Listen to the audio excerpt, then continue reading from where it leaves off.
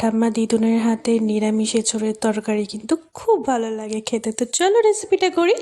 প্রথমেই কড়াইয়ে তেলটা দিই, তেলটা আমি গরম করে নিলাম। এবার এর মধ্যে কিছুটা জিরে দিয়ে দিলাম। জিরের মধ্যে আলুগুলো দিয়ে অল্প নুন অল্প হলুদ দিয়ে গ্যাসটা লো ফ্লেম করে কিন্তু আলুটা ভেজে নেবো।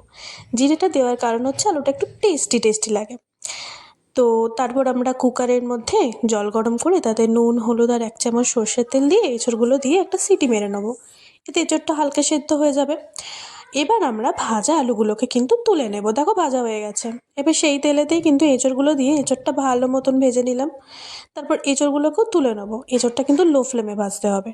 তারপর মিক্সার গ্রাইন্ডারেতে 1 চামচ জিরে 1 চামচ ধনে 1 চামচ তোমার আদা লঙ্কা পরিমাণ মতন দিয়ে পেস্ট করে ওটার মধ্যে একটু তেল দিয়ে মশলা দিয়ে নুন হলুদ আর লঙ্কার গুঁড়ো পরিমাণ মতন দিয়ে বেশ ভালো করে কষিয়ে নেবো যতক্ষণ না তেল ঝরে আসছে।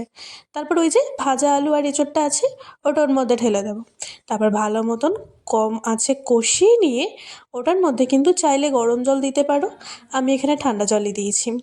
গ্যাসের ফ্লেমটা হাই করে ভালো মতন ফুটিয়ে নেবো নুন আর টমেটো পরিমাণ মতন দিয়ে। আর এর মধ্যে কিছুটা চিনিও দেবো। আমার পরিমাণ মতন আমি দিয়েছি, তোমরা তোমাদের পরিমাণ মতন দিতে পারো।